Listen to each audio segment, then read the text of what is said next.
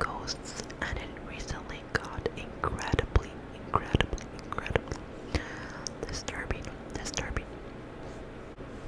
Okay. My laptop is like over here down, so I have to see like over here. I have to see like a certain angle to see the computers, I'm sorry, or the laptop. Okay, so a few things to note about me. First off, I'm indigenous. I've been digging into my family line for the past 4 years trying to dig up enough evidence to apply for a status card. Secondly, every woman in my family has been spiritually inclined from feelings of dread as warning to seeing and having fully discussions with the ghosts. Now to my story. When I was a kid, I would see ghosts often. According to my parents, I had been adamant about a best friend who lived across the street from me. However, my parents couldn't see her. My understanding now is that she likely fell and passed in the ravine behind our neighborhood, like my cousin almost did. He was seriously injured, however, survived. As I got older, I could hear and see them around. I never was frightened of anyone until I was about 13. I was home alone when my parents were on vacation to Mexico. A few nights earlier, there had been a minor earthquake. However, living on the 4th floor of an apartment is shook quite aggressively, throwing things from the walls and ceilings. While they were away, I thought we had a secondary earthquake. However, what I actually heard was more chilling. Clear as day, it was bare feet running across a hardwood floor. This is a very distinct sound, and hearing this when alone in our flat was terrifying.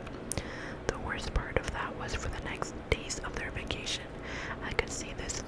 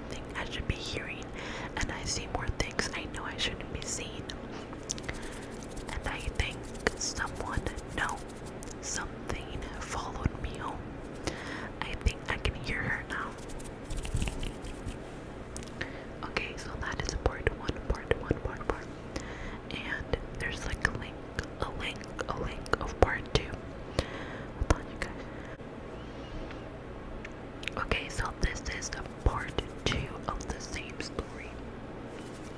Apologies to those who wanted to know more. I could hear her downstairs. I can still hear her, but I think I trapped her in the basement, at least for the time being. When I got home from the funeral, it was a few days of silence, spending my time with my family and mourning. But on that third night, things got a little strange. It started with sounds that weren't uncommon in a house with 3 cats, such as thumps, things falling over, small noises that were mixed between cries and meows. Typical rambunctious cat household noises. But then after thinking about it more, I realized all the cats were in my room with me, so I went to investigate. I found my broom was knocked over and the front door unlocked. I may have forgotten to lock it, but I have never forgotten. A few days later, I could hear more activity at night. I knew it wasn't my cats since they were in my room. I also noticed things moving. My keys being misplaced, paperwork vanishing, single shoes going missing. All the things. My cats also started acting strange around this time. They were sleeping with me a lot more. I found they were avoiding the basement door. This is odd, as their cat tree is directly next to it. I honestly thought that in my grief I was just losing my marbles a little bit. Until the 25th of the last month. We had a blistering heat wave of 42 Celsius. Unfortunately, I don't have air conditioning, so I decided to go spend some time in the basement as it would be much cooler down there. Instantly a bad idea. I went downstairs and it was freezing. Think walking freezer cold. When I turned on the lights, I also noticed all my neatly packed things were completely ravaged through, as if I had needed something in a rush with no idea where it was, except I hadn't been down there in months. I can't remember being afraid like that in a long time. I rushed upstairs, but as I was opening the door to leave the basement, I stood frozen, as I could not move with the burning cold feeling of a hand on my shoulder. I stood there for what it felt like 10 minutes, listening to the entity speak to me. When she finally released me, I escaped, and now I have a chair propped under the knob so it cannot be open. I don't know when I'll be able to go downstairs again. I don't know who I brought home, and I am terrified. Now that I know she's there and she knows that I can feel her, she's angry. I still don't fully understand what she meant. But I know I heard her voice, clear as day. I need you to understand. I will make you understand. That's what she said. Since then, there has been loud banging in the basement. I really don't know what to do. My family doesn't know what to tell me either. The banging has gotten quite a bit longer, or quite a bit louder as I've been typing this out. 2 of my cats are hiding in my room with me. They rushed in here once the banging got louder. One of my cats has started screaming at the basement door, which is incredibly out of her character. I think it's my cat, although I'm not too sure. That is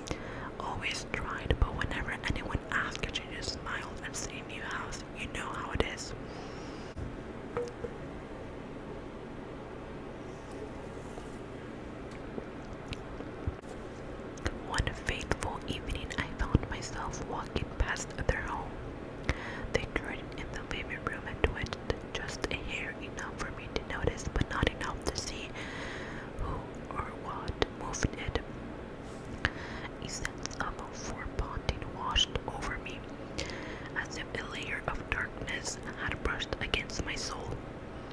That's when I saw him, or rather it. Mr. Whiskers sat in the middle of the road, eyes locked into mine. Glowing an unnatural shade of green, he hissed. A sound so guttural and distorted couldn't possibly come from a cat, and in that moment, I knew something terrible was going to happen. I rushed home, the dread boiling inside me. What could I do? Call the police and say what?